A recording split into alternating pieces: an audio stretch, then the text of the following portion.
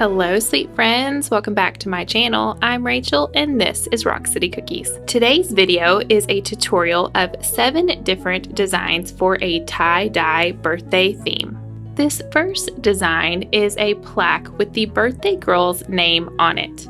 Because the theme is tie-dye, I wanted to make sure I included tie-dye in every single design of this set. Therefore, the background of this cookie, the base flood, will be a tie-dye design. To begin, I outline the edges of the cookie. That just gives me a boundary so I know exactly where I need to stop and start with my tie-dye design. With a set like this, you can choose as little or as many colors as you would like. I personally chose 5 different colors plus white for this tie-dye design. Now, I'm going to be honest with you guys, I thought doing a tie-dye design would be a piece of cake. However, I found out that it took me several tries before I found a way that I felt comfortable making a tie-dye design. I'll actually be releasing a video next week that shows the value of scraping the icing off of a cookie and starting over, but I messed up a lot before I finally landed on this specific technique. So what I ended up doing was kind of just going one color at a time and making a swirl pattern onto the cookie. Now, there are other tie-dye techniques out there, so I think you just kind of have to figure out which one feels the most comfortable to you that you can duplicate on multiple cookies. Now that all of my color is put down onto the base of my cookie, I actually go back in and I add a white swirl onto the cookie. The reason for this is because most tie-dye designs have white included in them. However, I didn't feel like I could get my design to look good with white down on the cookie by itself, so I actually added white in as the last step. Now that we have all of our colors, it is time to swirl them together to really make it look like tie-dye. To achieve this, you can use any sharp tool. I tried to use my scribe tool and I found that I couldn't work fast enough before my icing started drying. So then I switched over to one of my palette knives and I honestly was able to work much faster and I really liked the end result better with a palette knife. If you've watched any of my videos, then you know that I talk about my palette knives a lot, and that is simply because I use them so often. So once again, I'm finding a different way to use my palette knife, and I highly recommend you getting a set for yourself. I'll link the set that I purchased on Amazon in the description box below, but you can find a palette knife set pretty much at any craft supply store. My icing is a little bit on the thicker side, so I knew to smooth out my cookie, I would definitely need to shake it. Now that my base flood is done, I will let this dry for a few hours underneath a fan, and then I will add the birthday girl's name on top of it. One of the biggest game changers for my cookie business was when I made the jump to invest in a projector. The projector that I personally have used, it's the only one I've ever used, I've had it for a little over 2 years, it's still going strong, is called the Pocket Pico Projector. I'll be sure to link it in the description box below. I find all of my fonts on 2 different websites. I find my fonts on dafont.com as well as fontbundles.net. And I'll be sure to link this font down in the description box below because it's one that I use quite a bit. Once I have the font that I want to use, I then use an app called Fonto to get my design laid out, and then I'm able to project it onto my cookie. The consistency that I typically pipe lettering with is actually the icing that's straight out of my mixer when I make my icing. So I do not thicken it or thin it. It is exactly the icing straight from my mixer.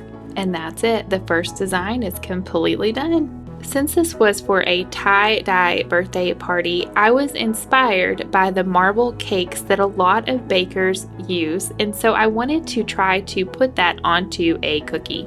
To achieve this, I knew I needed to make the cake part of the cake slice first, and that's where I wanted my tie-dye to go. So once again, to give myself a boundary and know exactly where I needed to stay, I made my outline first, and then I went back and made a swirl pattern with all of my colors.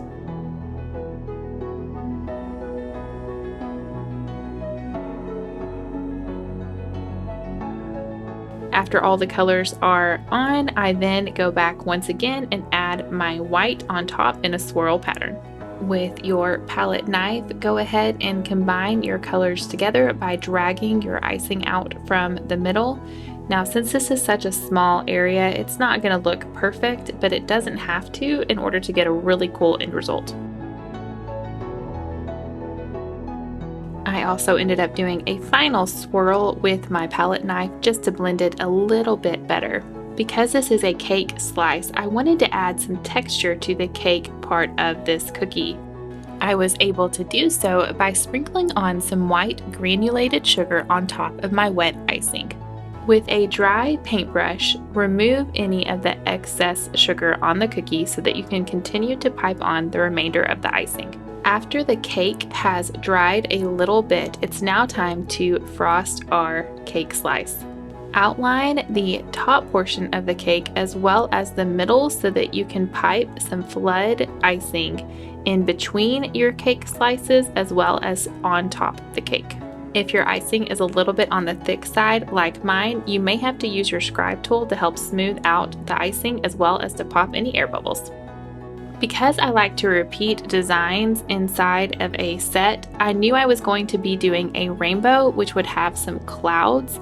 So I wanted to kind of repeat that texture and that look onto the cake. So I did so in this icing that goes around the outside of the cake.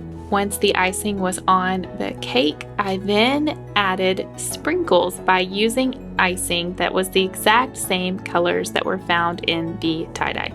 One thing that I could have done to save time here is I could have actually made my own sprinkles, real sprinkles with my icing. I could have laid out lines of all of these colors onto parchment paper, let it dry, and then broken up those sprinkles so that I had my own sprinkle mix. And I could have sprinkled that over my icing instead of piping directly onto my icing. I think it would have saved me time and it would have given me the same exact effect. However, I chose to do it this way because I didn't think of that at the time. And so this is the result I got by being able to just kind of sporadically place icing all the way throughout to make it look like sprinkles.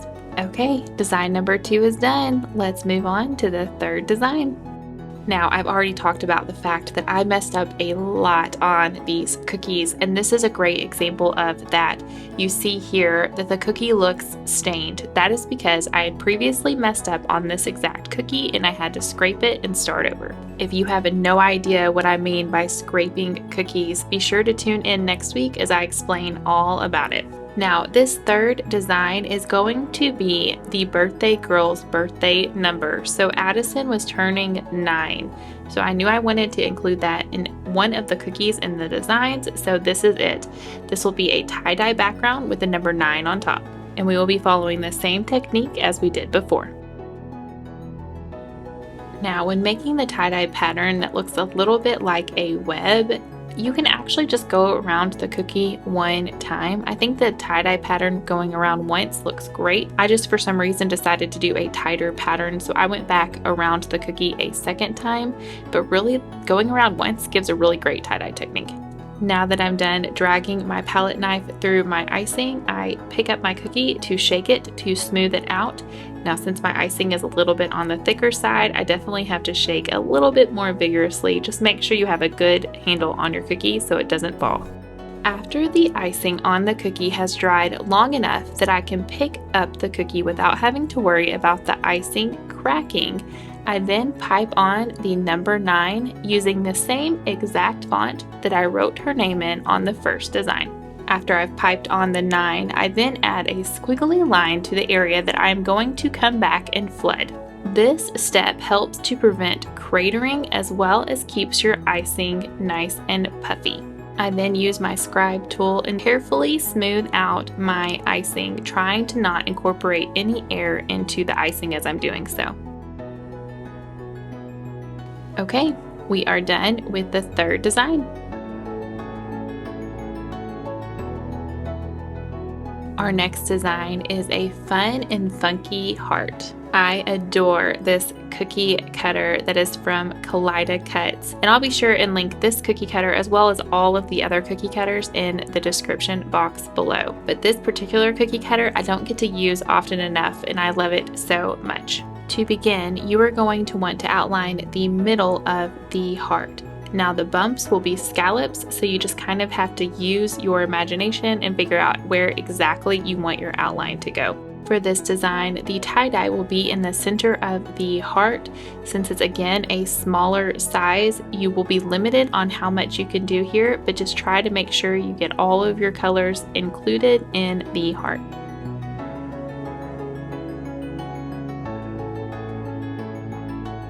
Following the shape of the heart, drag your icing from the inside of the heart outward. I do want to take a second to mention that you do need to do this step as quickly as possible after you have your icing down, because the icing dries really fast, and as you can see here, it's pulling a little bit more than it really should because my icing's already drying. So make sure you do this really quickly after you get your icing on the cookie. I wanted to outline the heart in all the different colors that we are using in this set for a couple of reasons. For one, it adds more detail to the heart that makes it a little bit more fun and funky. And number two, for set cohesion. I know y'all get sick of me saying that, but I love it so much. So I'm using the same kind of line work in a rainbow later on in the set. So I wanted to kind of mirror that line work here in the heart just to make the set pull together even more. The last design element to add to this cookie is the scallops that go on the outside of the heart. I wanted to make this cookie as colorful as possible, so I decided to do a double scallop with 2 different colors, as well as go back and add a third color by putting a dot in the middle of each scallop.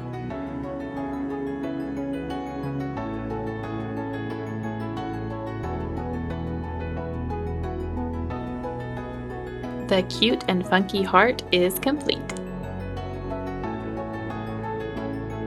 Okay, it's time for our 5th design. With this being Addison's 9th birthday, I wanted to do 9 candles on top of a white cookie. This is the only design that will not have tie-dye directly on it, but I wanted to make sure that the candles stood out, and I was afraid that if I did a tie-dye background, you wouldn't be able to notice the candles. So even though this design does not have tie-dye directly on it, it will still tie into the set because I'm using the exact same colors that are found throughout the tie-dye. Outline and flood the cookie with the white icing. While the cookie is drying, I went to Google and found some cute candle clip art. I then projected the image onto my cookie using the Camera Lucida app. I like using that app because I can easily scale my image to whatever size cookie that I'm working on. In this tie-dye set, I have 5 colors. So with these candles, I wanted to make sure that every color was represented. I knew I would use orange for the flames of the cookie, so that left 4 other colors for the candles. So I rotated the colors for every 4th candle, knowing that since it was 9 cookies, one color would be used 3 times and the other colors would be used twice. Now I could have flooded all of these candles, but I decided to do a little bit of line work in the candles instead, just to keep them a little bit more whimsical.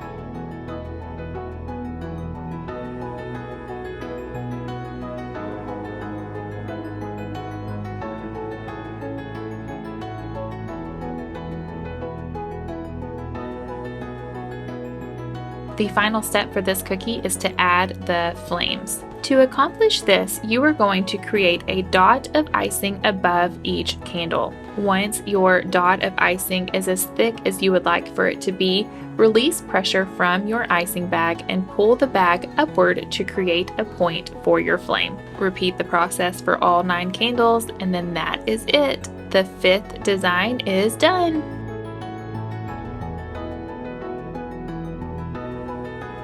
All right, let's move on to the next design. Now, this is going to be a cupcake cookie. To begin, we are going to start by decorating the cupcake liner. To begin, we will need to pipe the top of the cupcake liner. Now, I didn't like my piping at the top. It wasn't symmetrical enough for me, so I just used my palette knife and scraped off that icing. And as you can see, it's as good as new. So this time, instead of doing the wider lines, I went with smaller lines, which will make a difference later on in my cupcake liner.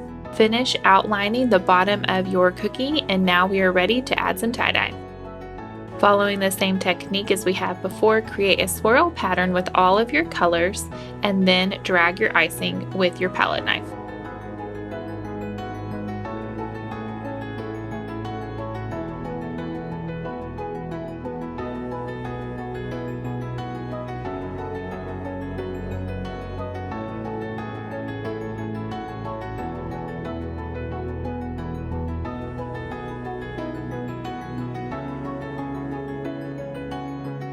Now I wanted to make my cupcake liner look more realistic, so I let my icing dry under a fan for about 30 minutes. Then I took my scribe tool and I gently pressed into my icing. I started with the middle and worked my way outward so that I would have a symmetrical design. If your icing is not holding its shape when you do this step, it needs to dry a little bit longer and then repeat the process. Or if your icing is too dry, you will have a lot of cracking in your icing. So even though you may have a little bit of cracks in your icing in this process, it shouldn't be a lot of breakage. So if you're having too much icing break, your cookie is too dry, and I would suggest scraping it and starting over. Now we can add the frosting to our cupcake.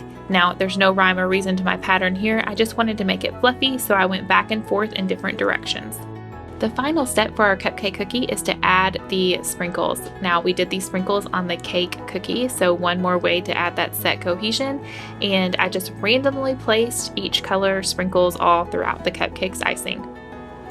And that's it, the cupcake is finished.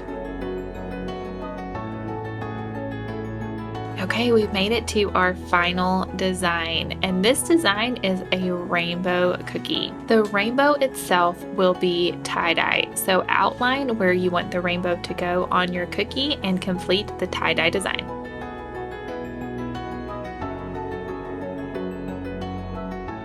As with all the other designs, you're going to want to start in the middle of the rainbow and drag your icing outward.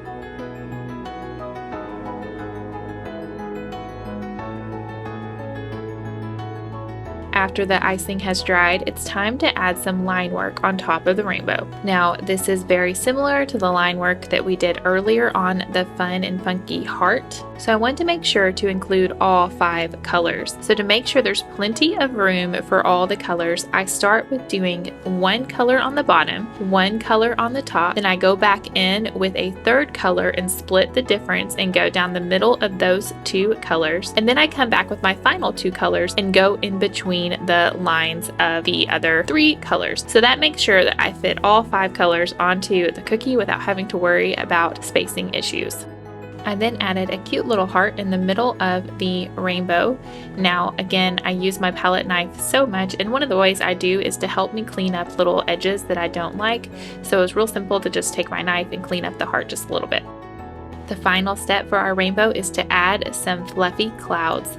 Now I did the same technique on the cake slice, but all I'm doing is just making some fluffy dots all the way over the rainbow so that I also have that same texture on 2 different cookies, the cake slice and now my rainbow. The texture of my icing here is a lot like marshmallow fluff. It's what it reminds me of, and I actually use marshmallow extract in my icing. So just make sure your icing is thick enough that it holds its place, but not too thick where it breaks the tooth later. And that's it, my friends. The final design in this tie-dye set is done.